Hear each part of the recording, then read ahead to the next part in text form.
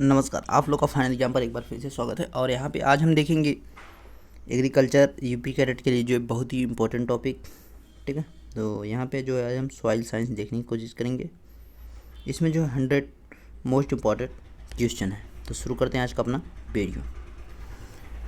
हमारे जो 100 most important question है उसमें जो है पहला क्वेश्चन हमारा है, अमोनिया से नाइट्रेट बनाना क्या कहलाता है। तो इसको जो है नाइट्रीकरण कहा जाता है, नाइट्रिफिकेशन कहा जाता है। अमोनिया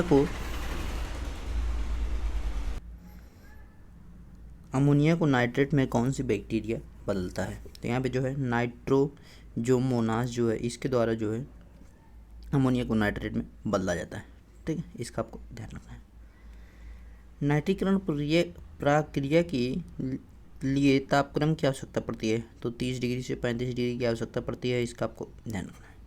नाइट्रीकरण प्रक्रिया की उल्टी प्रक्रिया को क्या कहा जाता है, मतलब इसकी जो अपोजिट होती है उसको क्या कहा जाता है। तो उसको विनाइट्रीकरण कहा जाता है, डीनाइट्रिफिकेशन कहा जाता है।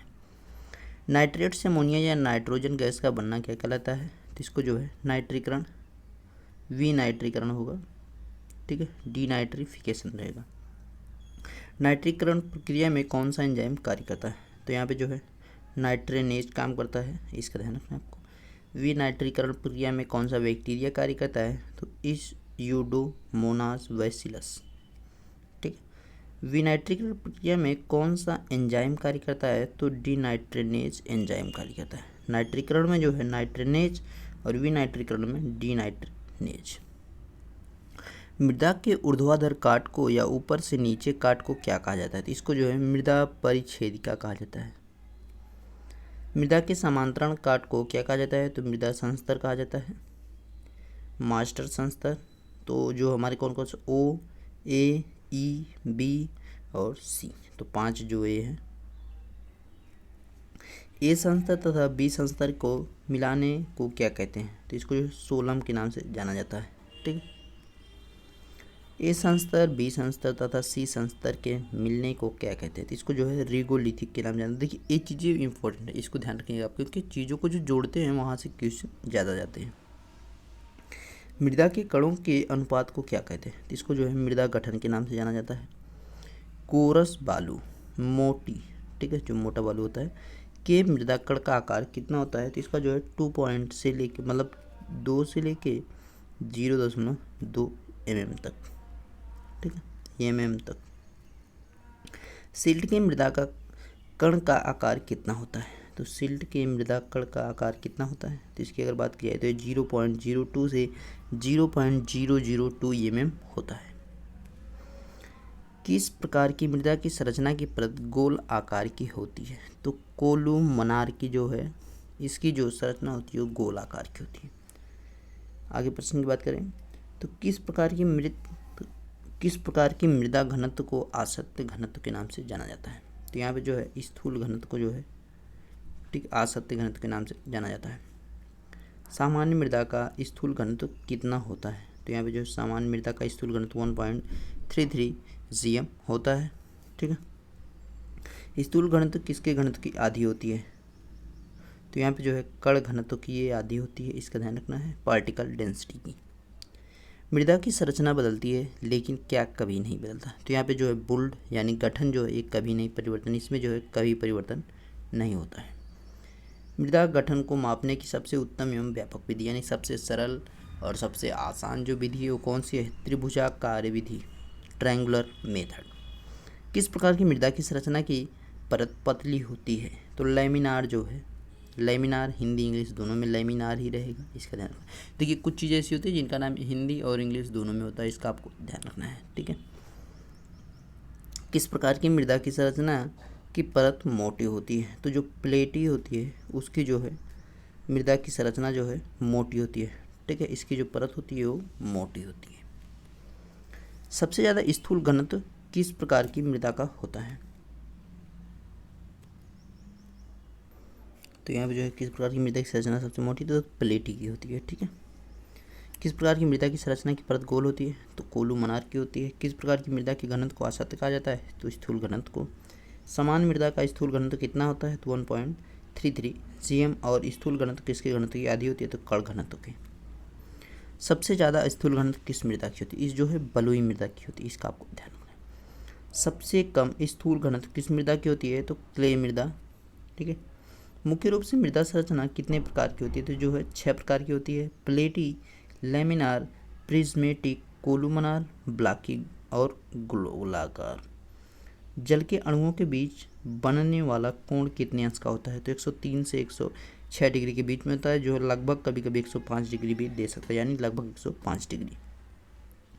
जल के अणुओं की संरचना कैसी होती है? तो ये जो है खटकोण होती है, हेक्सागोनल होती है।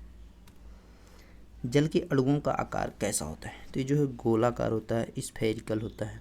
ठीक है।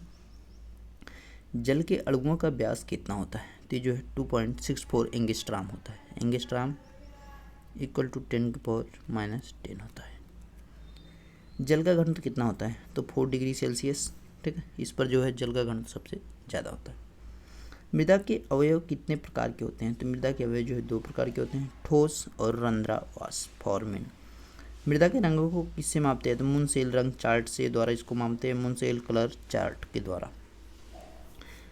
रेनबो के रंग को किससे मापते हैं? तो हुई होता है, उसके द्वारा जो हम इसको मापते हैं। किससे मृदा की चमक और अंधेरा को मापते हैं? तो वालू जो है उसके द्वारा जो है हम मृदा की चमक और अंधेरा को मापते हैं। मृदा की शुद्धता किससे मापते हैं? तो क्रोमा के द्वारा जो है मृदा की शुद्धता मापते हैं। और इसकी जो क्रोमा है, इसकी जो रेंज बनाई गई 0 से लेके 8 तक बनाई गई, मतलब मैक्सिमम जो वैल्यू इसमें 8 रखी गई और न्यूनतम जो है 0। चट्टानें कितने प्रकार की होती हैं? तो चट्टानें जो है 3 प्रकार की, आग्नेय, अवसादी, रूपांतरित, यानी लेग्नेस, सेडेंट्री और कन्वर्टेड। ठीक है।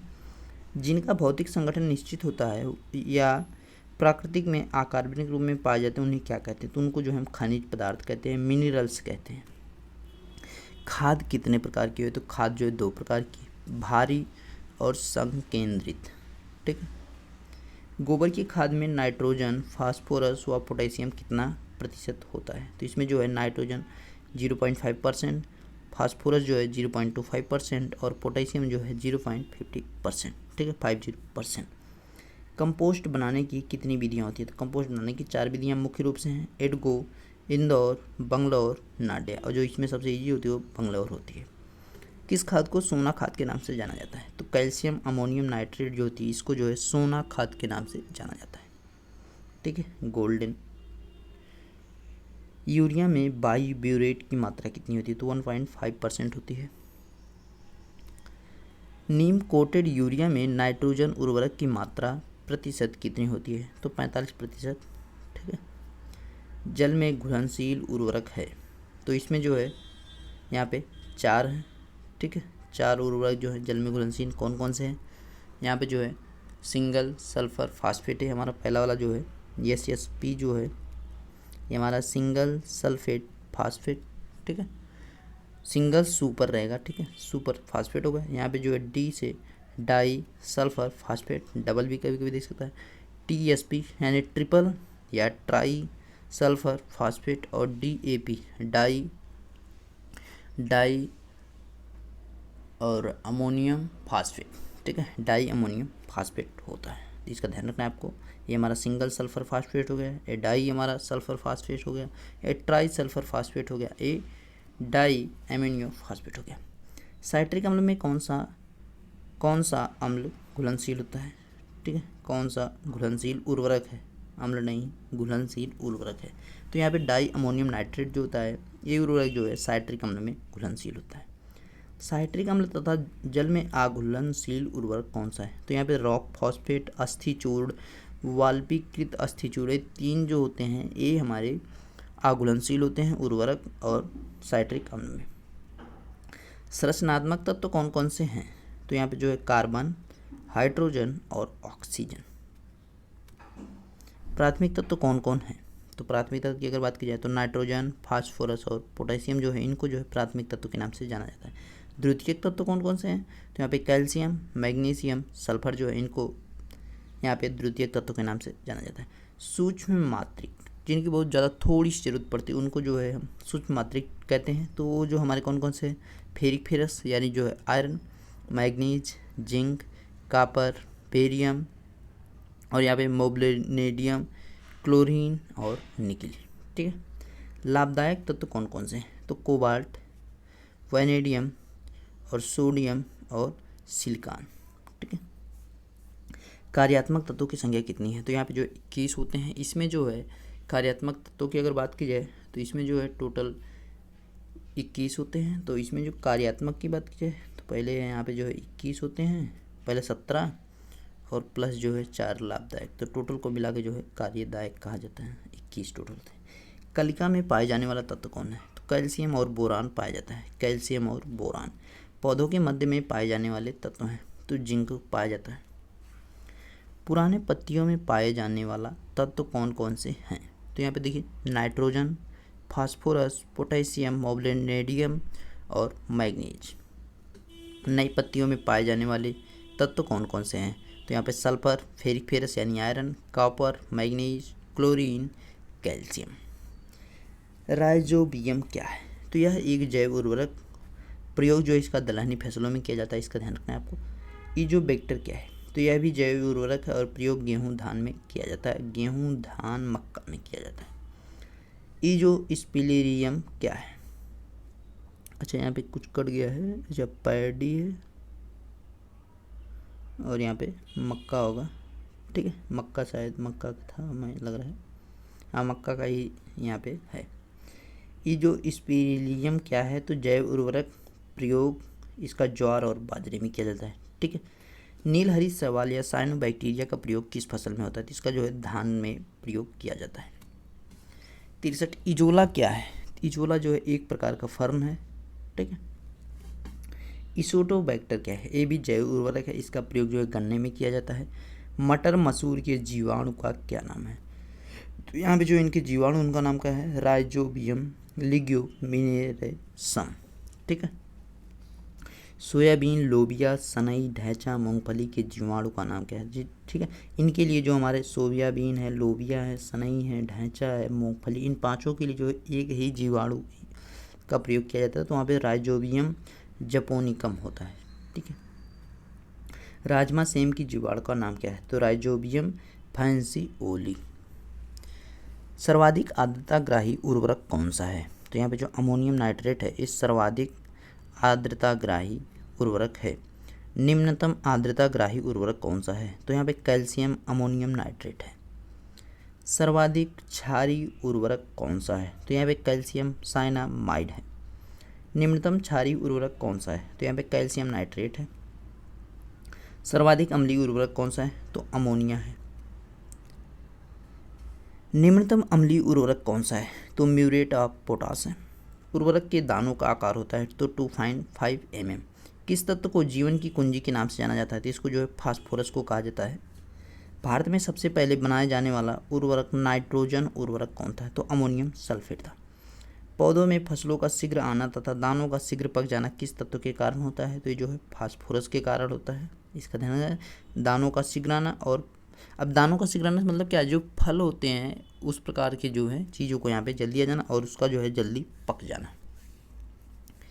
दाने को चमकीला बनाने के लिए किस तत्व की आवश्यकता पड़ती है? यहाँ पे जो है पोटेशियम की आवश्यकता पड़ती है। परागण को बनाने के लिए कौन सा तत्व सहायक है? तो बोरान जो है सहायक है। यहाँ पे बेरिलियम जो है सहायक है। ये जो है बोरान है, बोरान है। ठीक है। जहाँ जहाँ इसको अगर मैंने बेरिलियम वहाँ पे बेरिलियम बोला तो उसको याद करिएगा बोरान है। ठीक। पौधे के फलों का हरा रंग तथा देर से पकना किस तत्व के कारण होता है? तो यहाँ पे जो है नाइट्रोजन के कारण होता है। पौधों के शीर्ष भाग किस तत्व के कारण जल जाते हैं? ठीक है। जो पौधे का ऊपरी भाग होता है कभी कभी जो है उसका विकास नहीं होता और वो धीरे धीरे उसकी पत्तियाँ जो है सूख जाती हैं और जल जाती हैं। तो जो है पोटेशियम की कमी के कारण होता है। पौधों में पानी की कमी किस तत्व के कारण होती है? तो ये जो है जिंक के कारण होती है। ठीक है। इसका ध्यान रखना है, जिंक के कारण होती है। पौधों को सहारा प्रदान करने के लिए आवश्यक तत्व कौन सा है? तो यहाँ पे मैग्नीज है। हिस्टोमेटा का खुलना बंद होना किस तत्व के कारण होता है? तो जो है पोटेशियम के कारण होता है। भारत के किस राज्य में जल भराव वाली मृदा सर्वाधिक मतलब इस जो एक प्रकार की मृदा है उस पर जो है जल हमेशा चढ़ा रहता है। ठीक है, मतलब वहाँ पे जल हमेशा पहुँचा रहता है। तो जो है उस प्रकार की भूमि जो है पश्चिम बंगाल में सबसे ज़्यादा पाई जाती है, जो कि सुंदरवन डेल्टा में। भारत के किस राज्य में अम्लीय मृदा पाई जाती है? तो पश्चिम बंगाल में ही जो है अम्लीय मृदा पाई जाती है। अम्लीय भूमि के लिए सर्वोत्तम उर्वरक कौन सा है? तो यहाँ पे जो अमोनियम सल्फेट है ये सर्वोत्तम उर्वरक है। अच्छी मृदा की विद्युत चालकता कितनी होती है? तो 1.2 mm होती है। ज्वार के लिए कौन सा तत्व पोषक तत्व के रूप में कार्य करता है? तो यहाँ पे फेरिक फेरस यानी जो है आयरन, ठीक है, आयरन यानी लोहा।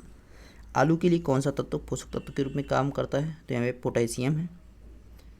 कौन सी मृदा को सुधारने के लिए जिप्सम और पायराइट का प्रयोग किया जाता है? कौन सी मृदा को सुधारने के लिए जिप्सम और फायराइट का प्रयोग किया जाता है? तो यहाँ पे जो लवड़ी मृदा होती है उसको सुधारने के लिए जो है जिप्सम और फायराइट का प्रयोग करते हैं। 1 इंच मोटी मृदा का निर्माण कितने वर्षों में होता है? तो 800 से 1000 वर्ष जो है लग जाते हैं 1 इंच मोटी मृदा को बनने में। मुर्गी की खाद में नाइट्रोजन, फास्फोरस और पोटेशियम का क्रमशः परसेंटेज कितना होता है? तो यहाँ पे जो है देखिए नाइट्रोजन जो होता है 3.03% होता है और फास्फोरस जो है 2.65% होता है और पोटेशियम की अगर बात की जाए तो 1.4% होता है। नीम की खली में पोटास कितना प्रतिशत होता है? तो यहाँ पे जो है पोटास की अगर बात की जाए तो 1.5% होता है और इसमें जो है नाइट्रोजन जो है 5.25% होता है और फास्फोरस की अगर बात की जाए तो 1.08% होता है। सरसों की खली में नाइट्रोजन और फास्फोरस और पोटेशियम का जो प्रतिशत होता है कितना होता है? तो यहाँ पे जो है नाइट्रोजन 5.5% और जो हमारा फास्फोरस है 1.8% और पोटेशियम की बात की जाए तो 1.5%। क्योलिनाइट में सिलिका एवं एल्युमिनियम का अनुपात है? तो यहाँ पे जो है 1.1 का है, ठीक है, 1:1 का है यहाँ पे। हेमेटाइट का सूत्र है तो यह Fe2O3 होता है, ठीक है। कंपोस्ट के पिता कहे जाते हैं तो कंपोस्ट के पिता जो है एडवर्ड को कहा जाता है। वर्मी कंपोस्ट में नाइट्रोजन, फास्फोरस और पोटेशियम का प्रतिशत क्रमशः होता है। तो यहाँ पे जो है प्रतिशत इसका, तो यहाँ पे जो इसमें जो अगर प्रतिशत की बात की जाए तो यहाँ पे जो नाइट्रोजन 3% होता है और यहाँ पे फास्फोरस की बात की जाए तो 1% होता है और पोटेशियम जो है 1.5% होता है। कंपोस्ट खाद बनाने की सबसे आसान विधि कौन सी? तो यहाँ पे जो है बेंगलोर विधि जो होती है सबसे आसान विधि है जिसके द्वारा जो है हम कंपोस्ट को आराम से बना सकते हैं।